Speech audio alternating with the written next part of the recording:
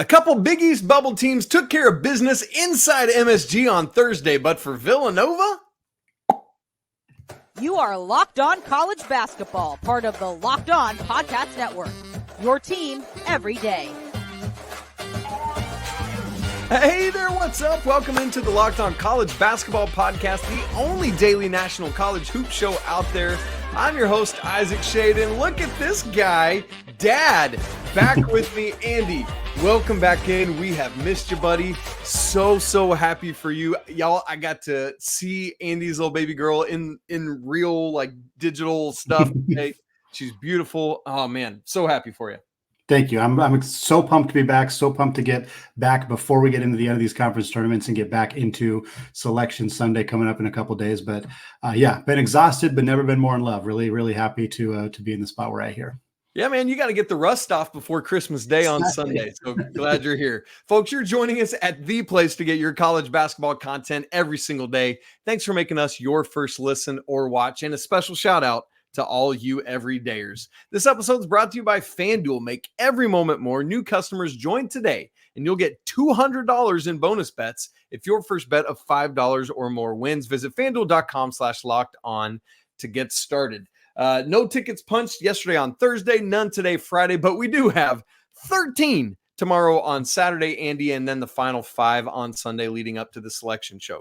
So coming up today, we're going to get you ready for all of Friday's crazy action, a bunch of semifinals amongst the major teams, and then we're going to recap everything that happened, or a lot of stuff, I guess I should say, that happened on Thursday, including the number 2 seed going down in the ACC. But first, we got to go to the most famous arena in the world, Andy Patton, Madison Square Garden. It's a Big East bonanza, and I want to start with something providential that happened with the Friars knocking off Creighton. Yes, that pun was intentional. 78-73.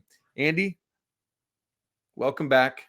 Talk about this game. Yeah, Providence, there's so many teams in the Big East have just been floating on the bubble pretty much since January. You have UConn, Marquette, Creighton safely in the field. You have Georgetown and DePaul safely not in the field. And then everybody else was kind of floating in and out of that conversation. And we should have known that it would go right down to the absolute wire to figure out which of these teams are going to kind of push their way into the field, because I wouldn't have thought Providence was going to be an NCAA tournament team. I would have been more confident about Seton Hall, and we'll get to Seton Hall. I would have been more confident about Villanova than I would have been about St. John's. And yet here we are on Thursday late in the evening. For those of you listening on Friday, Providence is now probably going to make the NCAA tournament based on their win over Creighton, while Villanova loses to Marquette, while St. John's picks up a big victory as well. And like all of a sudden, we're having completely different conversations about the Big East. For Providence,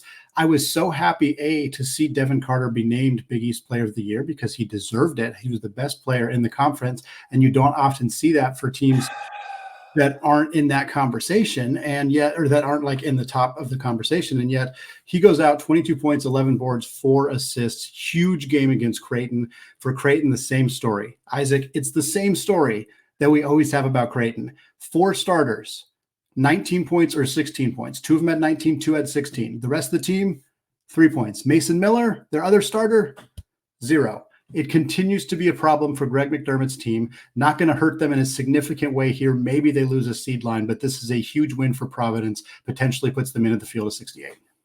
Andy, I want to start calling Mason Miller Goose, as in egg. I think that's how I will now refer to him forever. Mason Goose Miller, and that'll be great.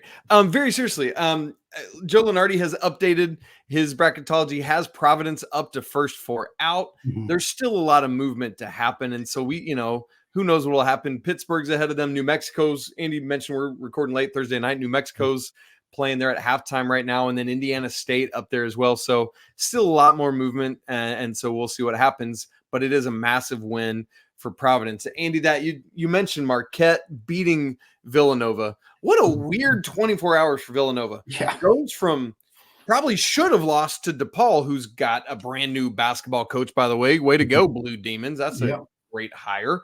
But then Marquette, They send them to, they take them to overtime. Yeah. Marquette had a great play design from Shaka Smart at the end of regulation. Did the whole get it to half court, call timeout thing. I'm holding a flashlight. I just realized. We had a bad storm in Missouri today, and so we had flashlights. Okay.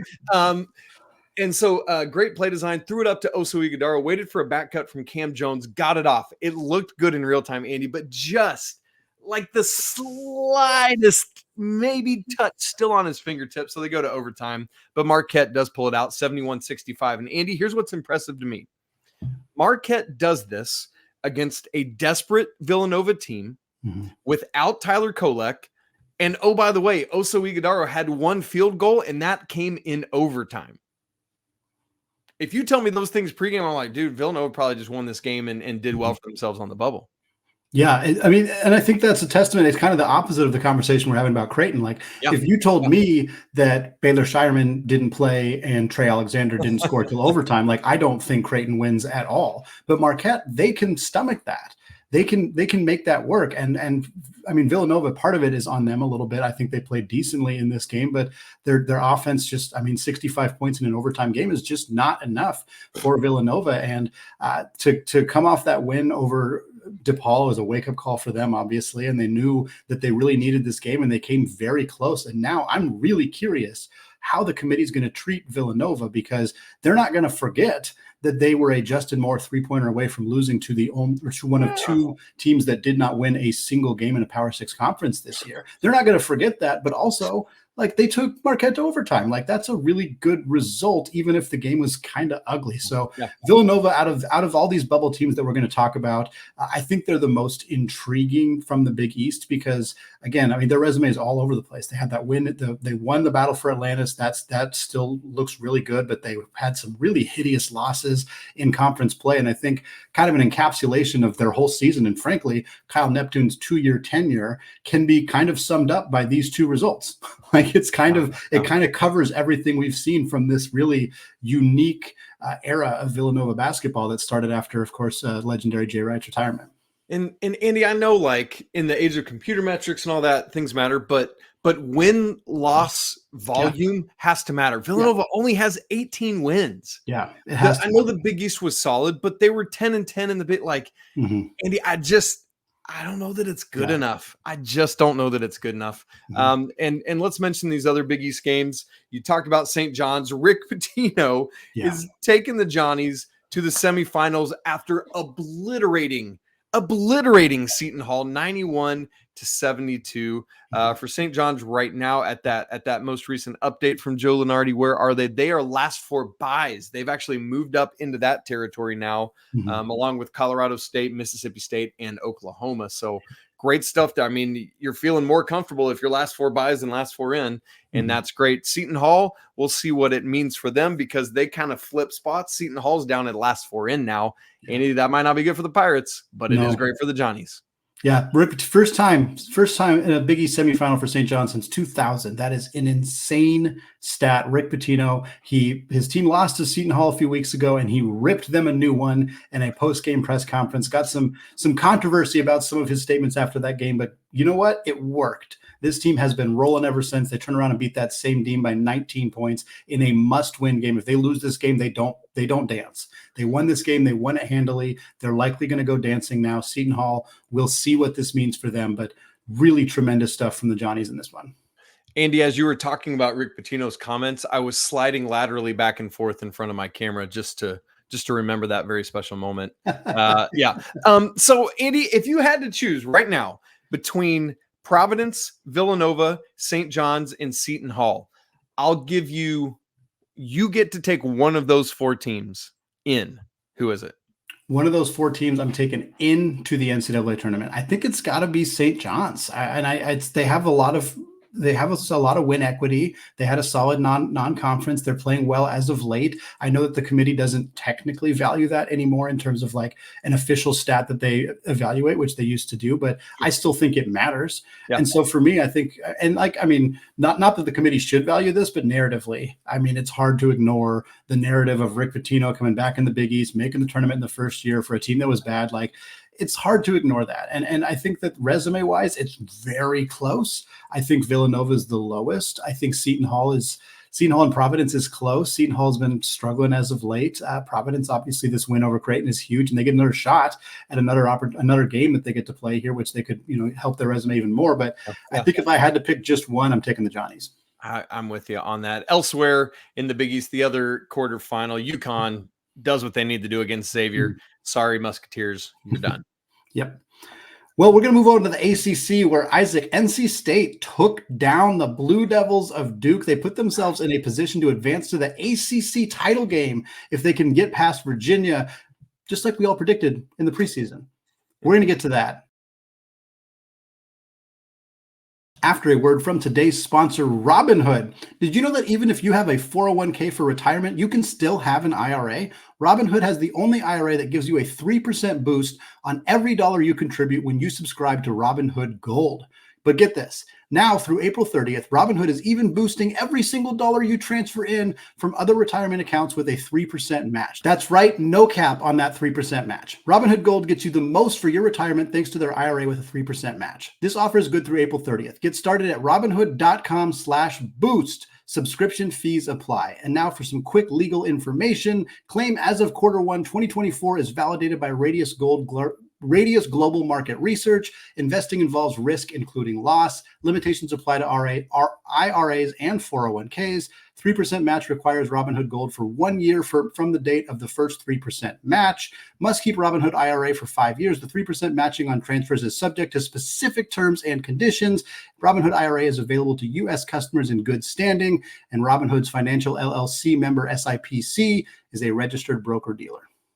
This episode is also brought to you by Amazon Fire TV, which is your destination for sports. From live games to highlights to in-depth analysis, Fire TV offers amazing viewing experiences with smart TVs as well as the Fire TV stick. You can just plug right onto your existing TV to provide you access to millions of TV shows and movies. You know what? At the Shade household, we have Amazon Fire Sticks on literally every TV in our house because I love the layout. I love the user experience of it so much more than just my smart TV, which is a different platform.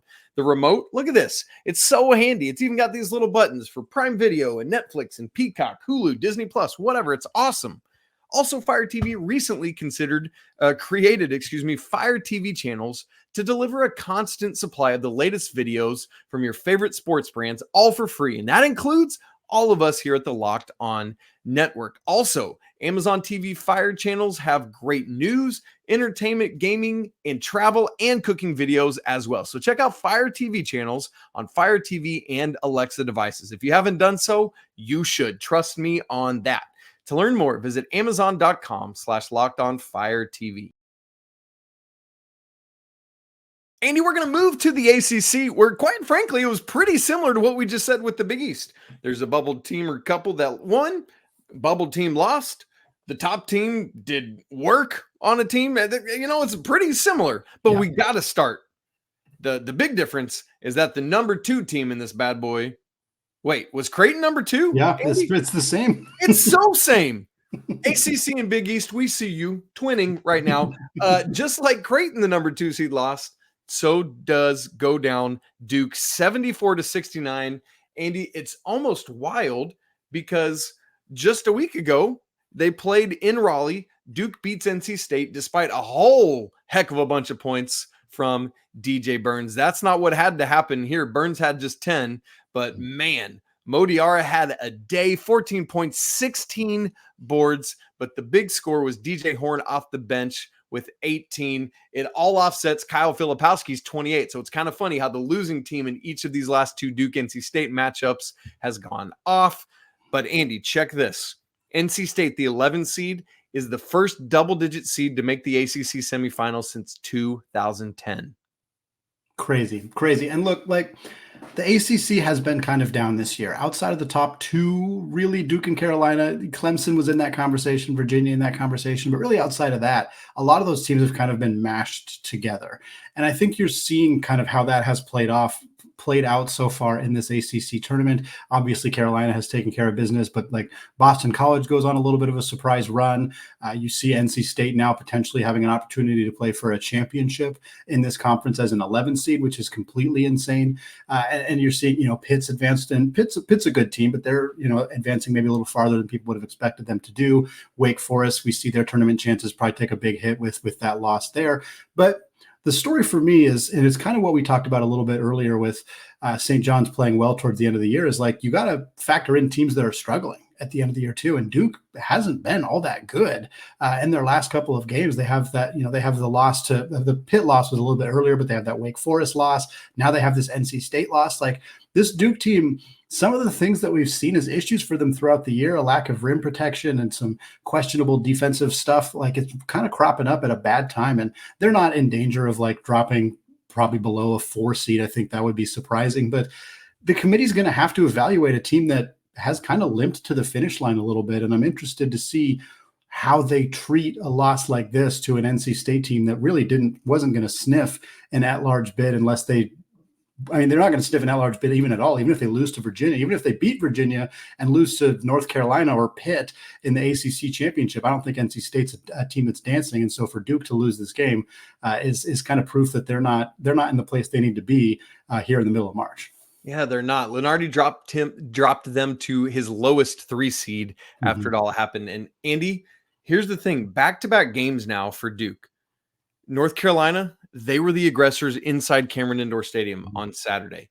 The same thing happened here. You would think that Duke, after that, rally the wagons. Hey, we've got to be the aggressors. We've got to be the dudes. It was interesting. Jay Williams, a Duke basketball alum, was talking about on air after and just saying that he doesn't see a vocal leader for this team. He doesn't see anyone taking the reins. He said it's an incredibly talented group of young men, but who's going to be that dude to step up and hold everyone accountable? We're just not seeing it happen. And Andy, that's no good. Also, we gotta call out the Duke social media team because they were getting lit up on Twitter. They post the result of the game and disallowed comments on it, and people start going off. I see all these like national college basketball things, like quote tweeting it, calling Duke out, bullied so hard, Andy, that they turned the comments back on. Apparently, they're the social media team right now is as soft as the guys have been playing lately for Duke. We need to see the Duke social media team and the players saddle up. Let's go. We need to see them rebound as we get in the NCAA tournament next week. It's got to happen unless Duke wants to go home. And I don't think any of them want to see that happen for this uber talented team. Andy, go ahead. Sorry. I was going to say, it'll be interesting to see if Duke does land on that 4 line, if they become a trendy 4-13 potential upset, depending on that 13 seed that they could end up matching up with. Because I could see like a Princeton maybe get a little higher than the 13, but if they get a team like that, a hot mid-major team, I could see some people thinking that that's a trendy pick. We'll obviously have a lot more about those trendy picks when we get our bracket breakdown show. A little shout out for that coming up. Yes. But this Duke team not playing good basketball right now. No, they're not. And Andy, we had the double bubble game in the ACC, the second game of the day, Wake Forest and Pitt. Pitt races out 81-69 in this thing. Great to see for Pitt, who carries on. They're going to play North Carolina on Friday in the semifinals. But for Wake, Andy, I think they're done. Yeah. Yeah, this game, I think Jay Billis kept saying on the broadcast that this was kind of felt like an elimination game. And I think it feels like an elimination game for Wake Forest, but I don't think that this means that Pitt is guaranteed in. If obviously they beat North Carolina, they go to the ACC championship, they're in. I think at that point, even if they beat Carolina, they lose to Virginia or NC State, they're still going to make the field. But Pitt feels still in a bubbly spot, but I think this game definitely put Wake Forest and Coach Steve Forbes out of the field at this point. It'd be very shocking in my mind if they got a bid, but Pitt still got a little bit of work to do, but this was a nice victory for them. I agree. I'm going to see what happens, man. What an electric freshman battle that's going to be. Bub Carrington and Elliot Cadeau on Friday night. Andy, Boston College and Virginia. Boston College had been on this run. They have a lead over Virginia. But Virginia comes back, wins in overtime. BC got a shot just right before the regulation buzzer, but Virginia wins 66-60. Andy, 3 minutes into overtime, there had been 3 total points scored by Virginia. That's Virginia in a nutshell, but the Cavs are moving on. They will play NC State. and kind of keep those bubble hopes alive for them. They'd love to move from having to go to Dayton to being actually a last four bye. So we'll see what happens. Similar to, again, what we said with the Big East, North Carolina obliterates Florida State 92-67. Well, we also had a really intense situation in the Atlantic 10 conference. The entire conference top four seeds lost, every single one of them. Dayton, Richmond, Loyola Chicago, UMass. Those are your top four seeds in the A10 conference. Every single one of them still loses on Thursday. VCU will take on the 5-seed VCU will take on the 9-seed St. Joe's, and then Duquesne, the 6-seed, will take on the 7-seed St. Bonaventure Bonnies, who beat Loyola Chicago in double overtime. One of those four teams is going to go dancing. This is a bid thief situation, as Dayton is almost certainly still going to make the NCAA tournament. So you are now going to have a 2-bid A10. I'm projecting VCU's got a real shot here. Shout out to them. I think we're going to look at a Dayton VCU potential 2-bid A10 situation. Not good news for a team like Indiana State, who's really hoping to get one of those bids. This may have been the final straw for them, unfortunately, as we really like Josh Schertz's team, but I think that this might have done it for him. Look, if Robbie Avila is not in this thing, somebody else has to wear rec specs, Andy. I'm just saying that right now. Well, Isaac, Friday boasts 18 conference tournament matchups in the Power 6 and Mountain West Conference combined. We're going to discuss which of these games are appointment television and which teams might find their bubble finally pops. Coming up after a word from today's sponsor, Nissan. This week's March Madness bracket highlight is brought to you by our friends at Nissan. Each week, we're picking one team that stands out, a team that's pushed it further than the rest. Just like any of the all-new 2024 Nissan SUVs, these guys were able to take it to the next level. The Tennessee Volunteers are picked today. They can only be described as a Nissan Pathfinder. They've been thrilling to watch and have really created a lane for themselves after claiming the top spot in the SEC. Player of the Year candidate Dalton Knecht has carried the Vols all season and made them a team to watch in March. So take the Nissan Rogue, Nissan Pathfinder, or Nissan Armada and go find your next big adventure. Shop NissanUSA.com. All right, Isaac, we got an incredible amount of basketball to be played on Friday evening. It is not or Friday throughout the day, I guess, not just in the evening. How dare you leave out Friday morning and afternoon? Friday morning hoops, that's the dream. That's the dream. This is why conference tournament weekend, I don't believe it is better than the first weekend in March Madness. A lot of people will like to tell you, oh, conference tournament week's just as good. I'm not quite there with it, but the common denominator, when you got Thursday and Friday morning basketball and you're just going to be watching hoops all day and you know it's Friday, it's 9 a.m., I'm starting basketball, and I'm going to be doing this the same time on Saturday and the same time on Sunday, that's what makes the NCAA tournament slightly better than conference tournament week. But man, Isaac, there is some really fun basketball. Andy, that's that West Coast life you're living out that's there, right. Man. Right. Better for me. But also, you're skipping. Next thing I know, you're going to tell me you hate brunch or something ridiculous like that. Come on, what are we doing? I live in the West Coast. We don't hate brunch. We all love brunch. That's fair. Here. You're probably eating like avocado toast and something frou-frou like that. Come on. Isaac, we're going to start with the conference where the matchups are maybe the least intriguing. We already kind of touched on them a little bit. Pitt versus North Carolina, NC State, Virginia, 1 versus 4, 3 versus 11. Definitely some unusual matchups in the A10. Carolina and Pitt will be at 7 o'clock. ACC. Come on. Sorry, what did I say? A10. Oh, well, we already talked about the A10 too. Yeah, we did. ACC, we got UNC versus Pitt, 1 versus 4. We got Virginia versus NC State, 3 versus 11. Isaac, we already talked about the matchups, but who do you expect to see in the championship game in the ACC? And who do you think is going to be taking home that trophy? Well, obviously the most desperate teams are Pitt and Virginia. I do think North Carolina beat Pittsburgh earlier this year. If they play 80% of the level they played on Thursday, Pitt's got some great dudes in Bub Carrington. Blake Hinson can make any shot in the gym, but North Carolina should win this basketball game. NC State, Andy, has a legitimate shot against Virginia, but it just depends on Virginia's ability to score. That's what I'm watching. But people in the Tar Heel State would love a North Carolina NC State matchup, but critical bubble implications for both Pitt and Virginia. Big 12, we got 2 games, 4 teams, and the Big 12 was as chalk as you could possibly be. 1, 2, 3, and 4. Here's the deal, though, Isaac. We have a chalk Big 12, top 4 seeds. Kansas isn't here. Texas isn't here. What a unique year Weird. in the Big 12 conference. We got number 4 seed Texas Tech taking on Houston, the first top seed. Got Baylor at number 3 versus number 2 Iowa State. Two incredibly exciting games. Houston favored by 7.5. Iowa State favored by 1.5. I'm still just baffled by the fact that the top 4 seeded Big 12 conference tournament does not involve Bill Self's team. That is just not a conversation I expected to be having really ever with Kansas, but certainly not this year coming into the season. Yeah, not at all. Andy, I said it earlier in this week on the show, but I'm going to get to be in the building for both of these games and the championship on Saturday night. So I personally am elated that it's super chalky and can't wait for that. Andy, look, Houston is just a wagon right now. I don't know what Texas Tech will have for them, but the Baylor-Iowa State game is the more intriguing of the semifinals. Hey, let's make our way back up to New York where we were earlier. St. John's, their reward for beating up on Seton Hall, they got to take on UConn, who is also a ridiculous wagon. Providence, look, if they could knock off Creighton and Marquette in back-to-back nights, you got to feel like they're in. But could you imagine, Andy, if they beat Marquette, then it's probably UConn in the championship. They would have to run through and beat all 3 ranked Big East teams. That would be nuts. Can they do it? I don't know. What do you think?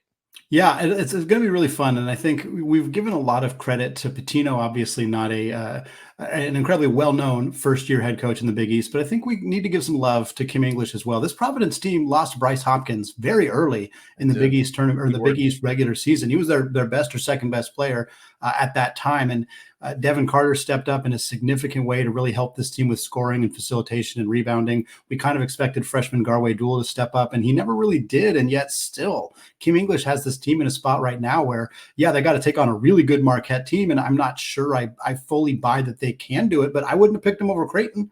And now, picking them over a Marquette team that's shorthanded, it wouldn't shock me. It would not shock me. I think it would be Providence and UConn as much as I think Pitino's team is rolling. I don't know that they're able to take down the Huskies, but Providence versus UConn in the championship of the Big East would be an incredible story for Kim English and the Friars coming off of that emotional offseason, losing Ed Cooley and everything that happened. This is a really fun story in the Big East. And while I think I'd project it's going to be UConn and Marquette, that's my pick, that's my prediction, I'd love to see Providence pull it off. Yeah, Andy, let's go quickly to the 2 conferences that are also in their semifinals. Then we'll come back to the Big Ten and SEC, where the top 4 seeds are just starting off on Friday in action.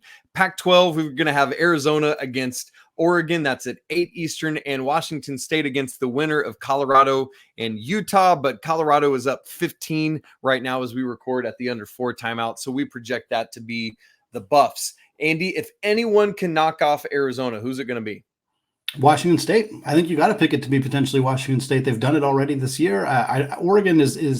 Oregon could potentially beat Arizona if they're playing at Matt Knight Arena in Eugene. I don't think they beat him at a neutral site. Washington State, I think, will take care of Colorado, even though I think Colorado has a lot of talent and is certainly capable of winning that game. But if you get Arizona Wazoo in the championship again, who would have predicted that would be a 1-2 matchup before the season started? I think Wazoo is capable of doing it, but I think they're more capable than the other teams, although honestly, my second pick is probably Colorado if they find a way to beat the Cougars. Yep, absolutely. That's correct, Andy. And then the Mountain West is the other one where it'll be the semifinals. We got Utah State, the 1 seed, against San Diego State, who is the 5 seed. Andy, this is the conference that is most intriguing to me in terms of the tournament. That game, San Diego State, though being the 5 seed, is the favorite over the 1 seed by 3.5 at FanDuel. And then the other one will have Colorado State, the 7 seed, against Boise State or New Mexico, which is still in action right now. New Mexico, another Pitino, is up by 12 at the under 12 timeout of the second half. Andy, wow, Aztecs, the favorite despite being the 5 seed. What do you make of that? Yeah, the Mountain West is so intriguing this year. Just the conference standings were so close. Everybody was separated by 1.5, 2 games max. So it does look odd to see San Diego State have a 5 next to their seed when they are kind of everybody's projected favorite to win the Mountain West Conference tournament. They're their favorite to have the highest seed in the Mountain West. I think Utah State is like trending as like a 7 seed type situation, where San Diego State has been in the Sweet Seed or in the top 4 seed reveals as early as a few weeks ago. So very fascinating that that's just how the standings shook out in the Mountain West. But I wouldn't be stunned at all if Utah State wins this game. I think they're a little bit more desperate.